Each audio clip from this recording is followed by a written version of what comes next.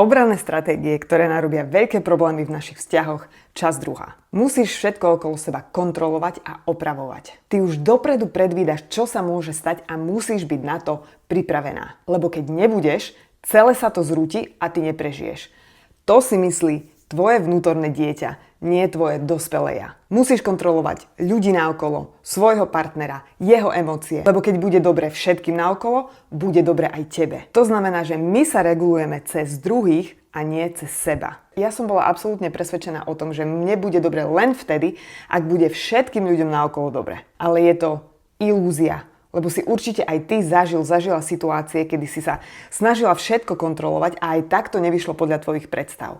A potom sa tam stanú také dve veci. Poprvé, si úplne vyšťavená, pretože si to možno ani neuvedomuješ, že nevedome sa snažíš všetko naokolo kontrolovať. A druhá vec je, že sa v tebe začína hromadiť taký hnev, možno až odpor k tým ľuďom, pretože ty si hovoríš, tak ja sa tu snažím a vy mi aj tak nedávate to, čo potrebujem. Ak sa chceš naučiť, čo robiť s týmito obrannými mechanizmami a chceš sa naučiť, ako začať meniť vzorce aj v tvojich vzťahoch, potom je moja masterclass pre teba. Nechaj mi pod videom spojenie a ja ti pošlem všetky informácie.